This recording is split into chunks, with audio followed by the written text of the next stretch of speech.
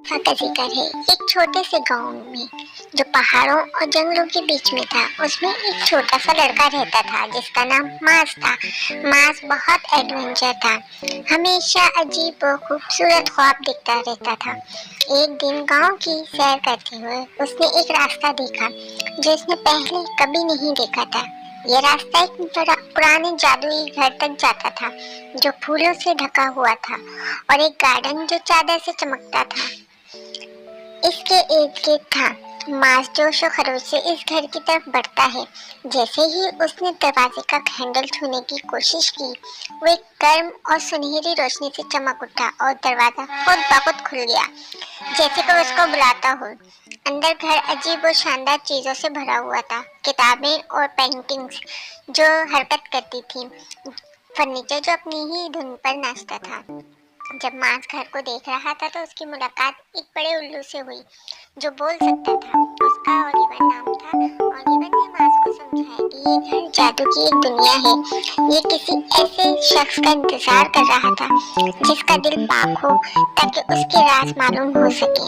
घर का एक अपना मैजिक था जो अपना जादू इन लोगों को दिखाना चाहता था जो उसके लायक थे। ओलिवर ने मास को इस घर में घूमने में मदद की और बहुत आलीशान कमरे दिखाए। एक गार्डन जहाँ फूल मिलकर गाते थे, एक लाइब्रेरी जहाँ हर किताब एक अलग दुनिया का था, जहाँ मसाले खुद नाचकर खाना बनाते थे।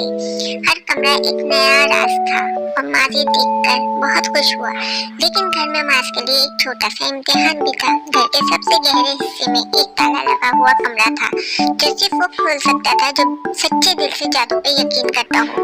ओलिवर ने मास को एक चाबी दी और कहा कि अपने दिल पर भरोसा करो। मास ने गहरा सांस लिया और ताले के सामने गया, चाबी डाली और घुमाया। दरवाजा धीरे धीरे खुल गया, कमरा रोशनी से भर गया और ऐसा खूबसूरत मंजर मास ने कभी नहीं देखा था।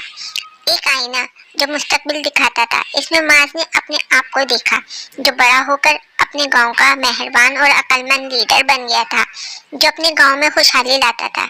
इसने महसूस किया असली जादू उसके अपने अंदर ही था।